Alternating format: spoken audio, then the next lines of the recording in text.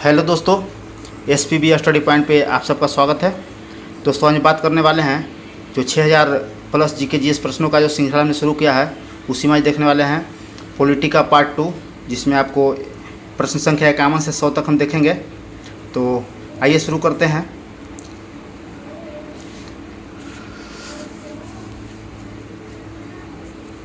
आपको पहला प्रश्न है कि राज्य विधानसभा में कोई भी धन विधेयक पुनर्स्थापित नहीं किया जा सकता है बगैर किसके बगैर नहीं किया जा सकता है। तो राज्य विधानसभा अगर आता है तो आप मानिएगा राज्य के राज्यपाल की संस्तुति के बगैर आप राज्य विधानसभा में आपको धन विधेयक को पुनर्स्थापित नहीं किया जा सकता है, यानी कि पेश नहीं किया जा सकता है। अगर यही पूछता आपको कि जो संसद है जिसमें लोकसभा है, लोकसभा में किसके अनुमति लेने के बाद धन विधेयक को पेश किया जाता है लोकसभा में, तो वहाँ आपका राष्ट्रपति हो जाएंगे। तो आइए इसको धन विधेयक को देखते हैं। धन विधेयक किस अनुच्छेद में वर्णन मिलता है? तो अनुच्छेद 110 में धन विधेयक का वर्णन मिलता है। नेक्स्ट प्रश्न है, भारत में राष्ट्रपति का निर्वाचन किस प्रकार से होता है? तो भारत में राष्ट्रपति का निर्वाचन आपका प्रत्यक्ष मतदान विधि से होता है। जो हम लोग द्वारा जो जनता द्वारा चुनकर जो प्रतिनिधि भेजा जाता है उसके द्वारा किया जाता है, इसलिए प्रत्यक्ष कहा जाता है। यानी कहने का मतलब है कि भारत के राष्ट्रपति के निर्वाचन में राज्यसभा, लोकसभा और राज्य विधानसभा के जो निर्वाचित सदस्य होते हैं वही भाग लेते हैं इसमें। इनका निर्वाचन की बात करें तो निर्वाचन इनका 54 में है और 55 निर्वाचन पद्धति है राष्ट्रपति का। नेक्स्ट प्रश्न है कि भारत में राष्ट्रपति का चुनाव किस प्रकार किया जाता है? तो इसमें आपका एकल हस्तांतरित मत प्रणाली द्वारा किया जाता है, यानी कि एकल हस्तांतरित मत प्रणाली द्वारा किया जाता है। नेक्स्ट प्रश्न है आपका कि भारतीय संविधान के 70वें संशोधन द्वारा भारत के राष्ट्रपति के चुनाव में जिन 2 केंद्र शासित प्रदेश का भाग लेने का अधिकार दिया गया वो कौन है? तो ये आपको दिल्ली और पुदुचेरी हो जाएगा। दिल्ली और पुदुचेरी में ये वैसा यूटी है जहाँ पे आपका विधानसभा अस्तित्व में है, तो दिल्ली और पुदुचेरी हो जाएगी इसका आंसर। नेक्स्ट प्रश्न है आपका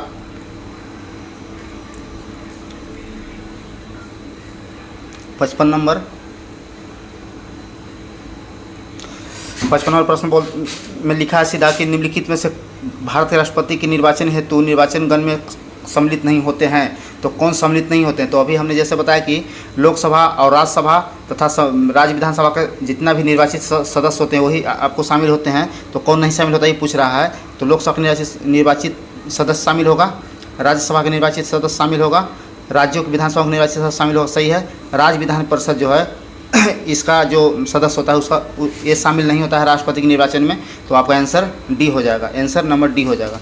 अब बात करते हैं लोकसभा। तो लोकसभा का वर्णन आपका मिलता है अनुच्छेद 81 में। आपको राज्यसभा की बात करें तो राज्यसभा 80 हो जाएगा। राज्य विधानसभा की बात करें तो आपका 170 हो जाएगा। और राज्य विधान परिषद की अगर बात करें तो 171 होगा। और यही राज्य विधान परिषद अगर सृजन या विघटन की बात करता है तो 169 हो जाएगा। तो इस प्रकार से अनुच्छेद बहुत इंपॉर्टेंट हो जाता है सभी एग्जाम के लिए, अनुच्छेद को भी देखते चलेंगे। नेक्स्ट पॉइंट है कि भारत के राष्ट्रपति चुने जाते हैं, किस प्रकार चुने जाते हैं? तो इसमें राज्यसभा, लोकसभा एवं राज्य की विधानसभा के निर्वाचित सदस्यों द्वारा चुने जाते हैं। तो आंसर डी हो जाएगा। चलिए नेक्स्ट देखते हैं 56 नंबर। निम्नलिखित में से कौन राष्ट्रपति के चुनाव प्रकरण के लिए सही नहीं है? मतलब जो चुनावी प्रक्रिया राष्ट्रपति का होता है उसके के बारे में कौन सा कथन इसमें सही नहीं है? तो पहला कहता है कि पदस्थ राष्ट्रपति की पदावधि से पूर्व उत्तराधिकारी को चुनाव आवश्यक होना चाहिए, सही है। राष्ट्रपति अपना पदभार ग्रहण करने की तिथि से 5 वर्ष होता है, ये भी सही है आपका। जो पदावधि होता है अनुच्छेद 56 में कहता है कि जिस दिन राष्ट्रपति पद ग्रहण करेंगे उस दिन से 5 वर्ष तक रह सकते हैं। अगर कोई ये असंवैधानिक कार्य नहीं करते हैं, तो अगर कोई असंवैधानिक कार्य करते हैं, भ्रष्टाचार में लिप्त पाए जाते हैं राष्ट्रपति, तो अनुच्छेद 61 के तहत महाभियोग लगा अनुच्छेद 61 के तहत महाभियोग लगाकर इन्हें हटा देने की प्रक्रिया भी संसद द्वारा चलाई जाती है। नेक्स्ट है कि राष्ट्रपति का उत्तराधिकारी होने तक कार्यकाल की समाप्ति पर भी वह पद पर बना रहेगा, सही है। डी नंबर आपको आंसर गलत है, क्योंकि ये कहता है कि निर्वाचन मंडल के अपूर्ण होने के आधार पर राष्ट्रपति चुनाव स्थगित होगा। स्थगित नहीं होगा चुनाव।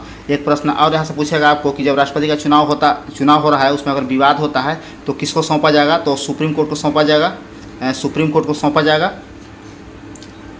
नेक्स्ट प्रश्न है कि भारत के राष्ट्रपति के उम्मीदवार के प्रस्ताव का अनुसमर्थन किया जाना चाहिए कि चलिए ऊपर इसको कर लेते हैं। और आपको 58 नंबर प्रश्न है कि भारत के राष्ट्रपति के उम्मीदवार के प्रस्तावक का अनुसमर्थन किया जाना चाहिए कम से कम कितना। तो इसमें जो प्रस्तावक होता है 50 प्रस्तावक और 50 अनुमोदक की आवश्यकता होता है राष्ट्रपति के चुनाव की प्रक्रिया में भाग लेने के लिए। तो आइए आगे देखते हैं इसमें ऑप्शन। ऑप्शन आपका सी सही हो जाएगा। 50 होना चाहिए, 50 निर्वाचकों द्वारा होना चाहिए। चलिए नेक्स्ट प्रश्न है 59 नंबर कि राष्ट्रपति के निर्वाचन में राज्य का मुख्यमंत्री मतदान करने का पात्र नहीं होगा। तो कब पात्र नहीं होगा? तो इससे पहले हम लोग अभी बात कर चुके हैं कि जब राष्ट्रपति का चुनाव होता है तो राज्यसभा, लोकसभा और राज्य विधानसभा के जो निर्वाचित सदस्य होता है, तो विधानसभा का अगर सदस्य होगा जो विधानसभा का मतलब निम्न सदन, तो निम्न सदन का सदस्य अगर मुख्यमंत्री बनता है तो राष्ट्रपति निर्वाचन में भाग ले सकता है। अन्यथा उच्च सदन जैसे राज्य विधान परिषद का अगर सदस्य बनेगा तो नहीं ये भाग ले सकता है। तो आइए इसको देखते हैं। वो स्वयं प्रत्याशी हो ऐसा तो हो नहीं सकता है। उसे राज्य विधानमंडल के निचले सदन में अपना बहुमत सिद्ध करना शेष हो, ये भी नहीं होगा। इसमें आपका जब वह राज्य विधानमंडल के उच्च सदन का नेता उच्च सदन का सदस्य होगा तो राष्ट्रपति के निर्वाचन में भाग नहीं लेगा, क्योंकि उच्च सदन का मतलब होता है राज्य विधान परिषद। विधान परिषद के चर्चा यहाँ मिलता है उच्च सदन का मतलब। नेक्स्ट प्रश्न है कि राष्ट्रपति के उम्मीदवार के लिए क्या आवश्यक नहीं है? तो 35 वर्ष आयु होनी चाहिए, सही है। पढ़ा लिखा क्या आवश्यक नहीं है? पढ़ा लिखा हो ये आवश्यक नहीं है, तो ऑप्शन नंबर बी आंसर सही हो जाएगा। पढ़ा लिखा वालों को जरूरी नहीं है। सांसद सदस्य चुनने योग्य रखता हो, यानी कि लोकसभा मेंबर बनने की योग्यता भी रखता हो, देश का नागरिक, सब सही है। डी आपका बी नंबर आंसर होगा इसका। चलिए 61 नंबर प्रश्न है आपका।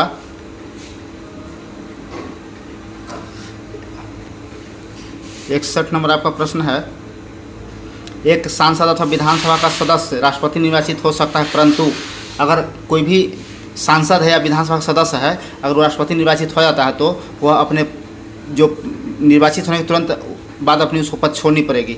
तो उसको निर्वाचित होने के तुरंत बाद अपनी सदस्यता छोड़नी होगी, चाहे सांसद का चाहे विधानमंडल का सदस्य होगा तो उसको छोड़ना होगा। चलिए नेक्स्ट प्रश्न है 62 नंबर कि भारतीय संविधान का कौन सा अनुच्छेद राष्ट्रपति के पद के लिए पुनर्निर्वाचन की योग्यता रखता है? तो पुनर्निर्वाचन की योग्यता अनुच्छेद 57 रखता है। 57 में कहा गया है कि राष्ट्रपति को पुनर्निर्वाचन हो सकता है। डेट मीन्स कहने का मतलब है कि भारत में राष्ट्रपति जो है कितना बार बन सकता है, कोई जरूर नहीं कि एक बार या 2 बार। जैसे आपका अमेरिका में है, यूएसए में ऐसा नियम है कि कोई भी राष्ट्रपति 2 ही बार बन सकता है, और इंडिया में ऐसा नहीं है। इंडिया में जितना बार हो सके बन सकता है, बशर्ते 35 साल उम्र होनी चाहिए और 50 अनुसमर्थक 50 अनुमोदक होनी चाहिए, और जो क्राइटेरिया है उसको फिर फुलफिल होना चाहिए। अनुच्छेद 52 कहता है कि राष्ट्रपति का पद होगा, अनुच्छेद 54 कहता है कि राष्ट्रपति का निर्वाचन होगा, और 55 कहता है कि निर्वाचन विधि, जो निर्वाचन पद्धति होता है, विधि होता है, निर्वाचन पद्धति हो जाएगा 55 में। नेक्स्ट प्रश्न है, अगर भारत के राष्ट्रपति के चुनाव में कोई विवाद होता है, यहाँ विवाद लिखा है, अभी थोड़ा देर पहले हमने इस पर डिस्कस किया है, तो विवाद होता है तो उस विवाद को किसको सौंपा जाएगा? तो भारत के सर्वोच्च न्यायालय को सौंपा जाएगा, सुप्रीम कोर्ट को। नेक्स्ट प्रश्न कहता है कि राष्ट्रपति 5 वर्ष तक अपने पद पर रहता है, कब से रहता है? तो अपने पद ग्रहण के दिन से, जब वह पद ग्रहण कर लेगा उस दिन से 5 वर्ष तक रहेगा। अगर कोई भ्रष्टाचार में लिप्त पाया जाएगा या फिर वो कोई भी ऐसा काम करे जो असंवैधानिक होगा तो उसको अनुच्छेद 61 के तहत संसद द्वारा महाभियोग लगा हटा दिया जाएगा। तो अपने पद ग्रहण के दिन से 5 वर्ष तक रहेगा। नेक्स्ट प्रश्न है आपका कि भारत का राष्ट्रपति अपना त्यागपत्र किसको संबोधित कर देता है? तो उपराष्ट्रपति को अपना त्याग पत्र देते हैं। नेक्स्ट प्रश्न है कि भारत के राष्ट्रपति को उसके पद से हटाया जा सकता है, तो प्रधानमंत्री द्वारा नहीं, ऐसा नहीं होगा, प्रधानमंत्री नहीं हटा सकता है। तो इसमें ऑप्शन डी हो जाएगा, संसद द्वारा अनुच्छेद 61 के तहत महाभियोग लगाकर इसको हटाने की प्रक्रिया या तो लोकसभा या तो राज्यसभा में कहीं भी शुरू किया जा सकता है। और जब इसको भी महाभियोग चलाना होगा राष्ट्रपति पे, तो आपका 14 दिन पूर्व इसको सूचना देना होगा कि यहाँ पे ऐसा भ्रष्टाचार का आरोप लगा है, इसलिए आप पे महाभियोग चलेगा। तो 14 दिन पूर्व सूचना देना होगा। चाहे राष्ट्रपति चाहे उपराष्ट्रपति। नेक्स्ट प्रश्न है कि भारत के संविधान के किस अनुच्छेद के तहत राष्ट्रपति पर महाभियोग चलाया जा सकता है? तो अनुच्छेद 61 के तहत महाभियोग चलेगा। नेक्स्ट प्रश्न है राष्ट्रपति पर महाभियोग का आरोप संसद के किस सदन द्वारा लगाया जा सकता है? तो संसद के अभी बताया कि किसी भी सदन द्वारा लगाया जा सकता है, या तो लोकसभा या तो राज्यसभा, यानी कि संसद के किसी सदन द्वारा आरोप लगाया जा सकता है। चलिए नेक्स्ट प्रश्न है कि भारत के राष्ट्रपति पर महाभियोग चलाने के लिए कम से कम कितने दिन पूर्व सूचना देना होगा? तो 14 दिन पूर्व सूचना देना होगा, अभी हमने बताया है आपको। नेक्स्ट है कि निम्नलिखित में से कौन सा भारत के राष्ट्रपति के निर्वाचन गण का तो भाग है परंतु महाभियोग का भाग नहीं है? तो महाभियोग में आपका जब संसद पर लगता है जब राष्ट्रपति पे संसद द्वारा अनुच्छेद 61 के तहत महाभियोग लगाया जाता है तो राज्यसभा और लोकसभा दोनों संसद में किसी भी सदन में आपको महाभियोग प्रक्रिया शुरू हो सकती है। और जो इसमें राज्य विधानसभा होता है ये तो आपको इनका निर्वाचन में भाग लेता है परंतु महाभियोग में भाग नहीं लेता है। तो महाभियोग में भाग कौन कौन लेता है? तो लोकसभा राज्यसभा के सदस्य जो होते हैं वो भाग लेते हैं, राज्य विधानसभा के सदस्य नहीं भाग लेंगे। चलिए नेक्स्ट प्रश्न है कि भारत के राष्ट्रपति पर महाभियोग की प्रक्रिया कैसी है? तो ये जो है जो अर्धन्यायिक है, अर्धन्यायिक प्रक्रिया है राष्ट्रपति पर जो महाभियोग चलाया जाता है। नेक्स्ट प्रश्न है कि राष्ट्रपति का रिक्त पद भरा जाना चाहिए कितना दिन? तो 6 माह के अंदर राष्ट्रपति का रिक्त पद, जैसे मान लीजिए कि आकस्मिक मृत्यु हो जाती है या किसी के पद से रिक्त हो जाता है तो 6 माह के अंदर पद को भरना पड़ेगा। और नहीं तो जब तब तक आप उपराष्ट्रपति कार्य करेंगे। अगर राष्ट्रपति और उपराष्ट्रपति नहीं है, अगर दोनों रिक्त पद है राष्ट्रपति का पद, तो भारत के मुख्य न्यायाधीश जो होते हैं सुप्रीम कोर्ट का, वो इस पे राष्ट्रपति के रूप में कार्य करेंगे। एक प्रश्न और आता है कि जो कौन सा ऐसा CJI है, चीफ जस्टिस ऑफ इंडिया है, उनको जो राष्ट्रपति के रूप में कार्य करने का मौका मिला है? तो एम हिदायतुल्लाह थे, उनको कार्य करने का मौका मिला है। चलिए नेक्स्ट प्रश्न है जब राष्ट्रपति की मृत्यु, त्यागपत्र, पदच्युत या अन्य कारणों से कर्तव्यों को नहीं निभा सकता है तो उपराष्ट्रपति कितने समय तक राष्ट्रपति कार्य कर सकता है? तो वो 6 माह तक राष्ट्रपति के रूप में कार्य कर सकते हैं। और जितने भी उपराष्ट्रपति कार्य करेंगे वो आपको, जो उपराष्ट्रपति अगर राष्ट्रपति बनकर कार्य करते हैं तो सारा लीगल उसको माना जाएगा और राष्ट्रपति की हैसियत से ही वो कार्य को देखा जाएगा और किया जाएगा। 74वां प्रश्न है यदि मृत्यु, त्यागपत्र अथवा हटाए जाने की स्थिति में भारत राष्ट्रपति का पद रिक्त हो जाए तो उस पद का कार्यभार कौन संभालेगा? तो उपराष्ट्रपति संभालेंगे। और उपराष्ट्रपति भी नहीं है तो CJI संभालेंगे, चीफ जस्टिस ऑफ इंडिया संभालेंगे। चलिए नेक्स्ट प्रश्न है यदि भारत के राष्ट्रपति का पद रिक्त हो जाए और कोई उपराष्ट्रपति भी ना हो, जैसे अभी हमने बताया कि अगर राष्ट्रपति का पद रिक्त हो जाए और कोई उपराष्ट्रपति भी नहीं हो तो कौन कार्य करेगा? तो उपराष्ट्रपति तो कौन कार्यवाहक राष्ट्रपति होगा? तो जो भारत के चीफ जस्टिस ऑफ इंडिया होते हैं, सर्वोच्च न्यायालय के न्यायाधीश होते हैं, वही इस कार्य को वही है जो इस पद को संभालेंगे राष्ट्रपति को। नेक्स्ट प्रश्न है कि संविधान के निम्नलिखित अनुच्छेदों में से किस एक के अंतर्गत संघ कार्यपालक का शक्ति राष्ट्रपति में निहित है? तो आपको हमने राष्ट्रपति चैप्टर बताया है, मेरे चैनल पर देख लीजिएगा, पूरा पॉलिटी ख़त्म कर दिया गया है। तो पॉलिटी और हिस्ट्री भी चल रहा है। तो जो अनुच्छेद 53 होता है वो कार्य एवं शक्ति का वर्णन करता है, कार्य एवं शक्ति का वर्णन करता है। तो यही आपका 53 आंसर हो जाएगा, अनुच्छेद 53। 52 में पद का चर्चा है आपका, 54 में निर्वाचन। नेक्स्ट प्रश्न है कि भारतीय संविधान के निम्नलिखित में से किस एक संशोधन द्वारा राष्ट्रपति को कोई भी मामला मंत्रिपरिषद द्वारा पुनर्विचार किए जाने के लिए वापस भेजने का अधिकार दिया गया? तो आपका 44वां संविधान संशोधन 1978 द्वारा राष्ट्रपति को अधिकार दिया गया कि एक बार अपना पुनर्विचार कर सकते हैं किसी भी विधेयक पर। और जो 42वां संविधान संशोधन 1976 जो हुआ था, 1976 में हुआ था, तो इसमें कहा गया था कि राष्ट्रपति को आपको रोक लगा दिया गया था कि राष्ट्रपति अपना बिल पर पुनर्विचार नहीं करवा सकते हैं या मंत्रिपरिषद को दोबारा नहीं भेज सकते हैं। तो इसको होगा कहीं ऑप्शन में, हाँ ये है आपका आंसर, डी हो जाएगा, आंसर डी हो जाएगा। 44वां संविधान 1978 द्वारा मोरारजी देसाई की सरकार थी उस टाइम, उसके शासनकाल में हुआ था।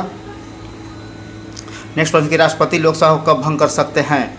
2 स्थिति में भंग कर सकते हैं राष्ट्रपति। जब एक बहुमत खो देता है, बहुमत अगर खो देता है सरकार लोकसभा में, तब लोकसभा में बहुमत खोएगा, आप याद रखिएगा, लोकसभा में बहुमत सरकार खोता है। और फिर अगर बात करें तो राज्य में विधानसभा में बहुमत खोता है। तो कब भंग कर सकते हैं? तो एक बहुमत खो देगा तब, और दूसरा जब केंद्रीय मंत्रिमंडल के खुद अनुशंसा करे कि इसको भंग कर दीजिए तो भंग कर सकते हैं। नेक्स्ट प्रश्न है लोकसभा और राज्यसभा की संयुक्त बैठक किसके द्वारा आहूत की जाती है? तो जो लोकसभा और राज्यसभा में मतभेद होता है कोई बिल पे या कोई विधेयक पे, तो राष्ट्रपति द्वारा अनुच्छेद 108 के तहत अनुच्छेद 108 के तहत राष्ट्रपति द्वारा बुलाया जाता है और इसकी अध्यक्षता लोकसभा अध्यक्ष करते हैं। लोकसभा अध्यक्ष या स्पीकर करते हैं इसकी अध्यक्षता। तो राष्ट्रपति बुलाते हैं, अध्यक्षता लोकसभा अध्यक्ष करते हैं। नेक्स्ट प्रश्न है, भारत के राष्ट्रपति से संबंधित निम्नलिखित कथनों में से कौन सा कथन सही नहीं है? देखिए यहाँ सही नहीं पूछ रहा है। इसी प्रकार आपको एग्जाम में आता है तो आप पूरा स्टूडेंट पढ़ते हैं बट सही नहीं है, नहीं देख पाते हैं, इसलिए आप लोग गलती करते हैं। तो अच्छे से एग्जाम में पढ़िएगा। कहता है कि वह राष्ट्रपति वह संसद का एक संघटक भाग है। सही बात है। लोकसभा अगर संसद की कल्पना की जाए तो बिना राष्ट्रपति की कल्पना नहीं कर सकते हैं। जैसे संसद में राष्ट्रपति, लोकसभा राज्यसभा होता है। वह दोनों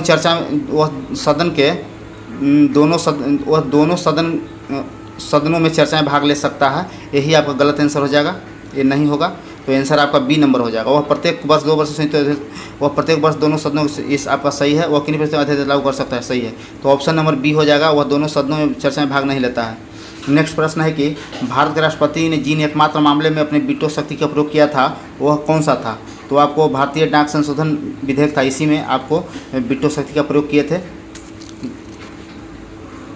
नेक्स्ट प्रश्न है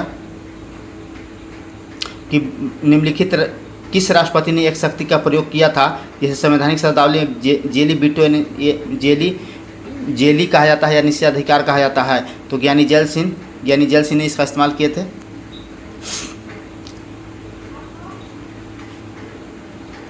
नेक्स्ट प्रश्न है, भारतीय संविधान के किस अनुच्छेद के अंतर्गत राष्ट्रपति दोनों सदनों द्वारा पारित किसी भी बिल पर स्वीकृति रोक सकता है? तो स्वीकृति किसी भी बिल पर किस अनुच्छेद के तहत रोक सकता है? तो अनुच्छेद 111 के तहत रोक सकता है।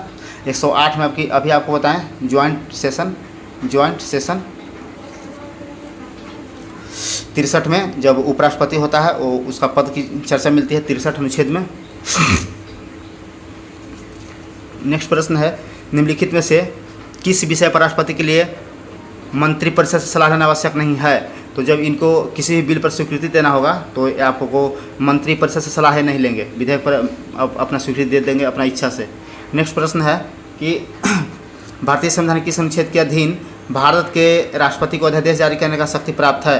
तो अध्यादेश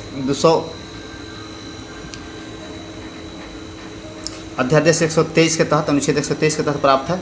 तो आइए इसको में देखते हैं, कहीं ऑप्शन दिया होगा इसमें। हाँ है ही। ऑप्शन नंबर इसका डी सही हो जाएगा।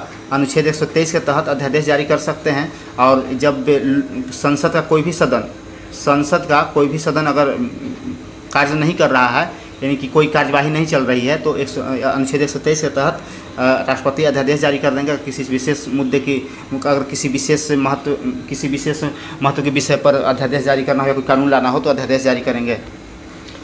तो एक प्रश्न ये भी पूछता है कि अध्यादेश कब जारी कर सकते हैं राष्ट्रपति? तो जब लोकसभा और राज्यसभा सत्र में ना हो तब राष्ट्रपति द्वारा अध्यादेश जारी किया जा सकता है।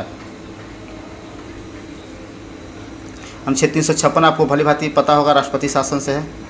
राष्ट्रपति शासन से 368 संविधान संशोधन से है जो दक्षिण अफ्रीका से लिया गया है। चलिए आगे देखते हैं 86 प्रश्न।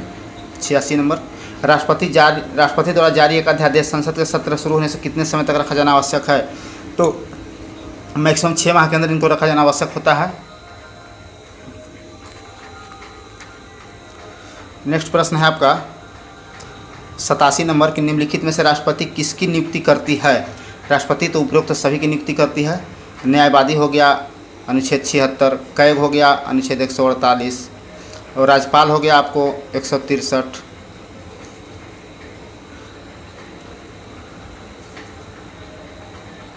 सॉरी दोस्त, यहाँ राज्यपाल आपका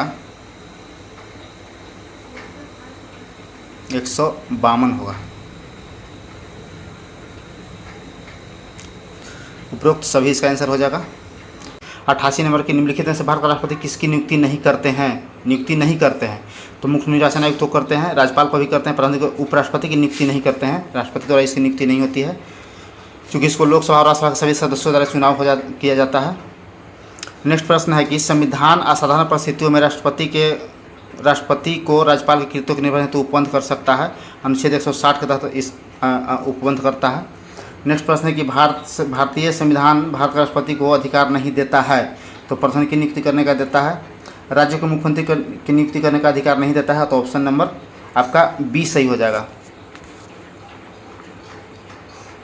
चलिए नेक्स्ट प्रश्न है 91 कि भारतीय संविधान में कौन सा अनुच्छेद राष्ट्रपति को उच्चतम न्यायालय से परामर्श लेने यानी सुप्रीम कोर्ट से परामर्श या सलाह लेने के लिए शक्ति प्रदान करता है। तो आपको 143 है, 143 अनुच्छेद द्वारा राष्ट्रपति सुप्रीम कोर्ट से सलाह लेते हैं किसी भी कानूनी मामले पे। अनुच्छेद 32 की बात करें तो संवैधानिक उपचारों का अधिकार यहाँ पे है, संवैधानिक उपचारों का अधिकार।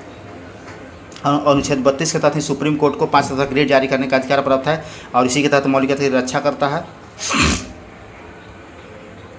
नेक्स्ट प्रश्न है, भारत के राष्ट्रपति को यह अधिकार प्राप्त नहीं है कि वह क्षमादान कर सकता है।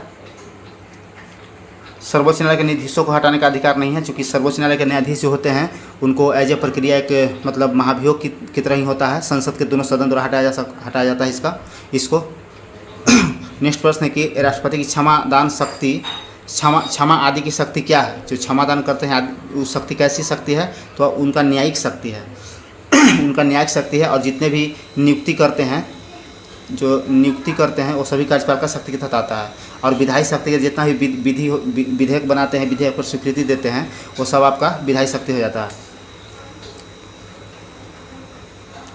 तो नेक्स्ट प्रश्न है आपका, निम्नलिखित कौन सा संवैधानिक विशेषाधिकार राष्ट्रपति को नहीं है। संवैधानिक विशेषाधिकार राष्ट्रपति को नहीं है, तो साधारण बिल को पुनर्विचार हेतु लौटाना उनका है, वित्तीय बिल को पुनर्विचार हेतु लौटाना, लोकसभा को भंग करना। ये आपका लोकसभा जो वित्तीय बिल होता है इसको पुनर्विचार नहीं लौटा सकते हैं, तो साधारण बिल को लौटा सकते हैं, लोकसभा को भंग भी कर सकते हैं, प्रधान की नियुक्ति कर सकते हैं। तो ऑप्शन इसका बी आंसर हो जाएगा। नेक्स्ट प्रश्न है कि संसद के राष्ट्रपति का अभिभाषण कौन तैयार करता है। तो अभिभाषण इनका होता है राष्ट्रीय मंत्रिमंडल तैयार करता है। तो आइए ऑप्शन देखते हैं।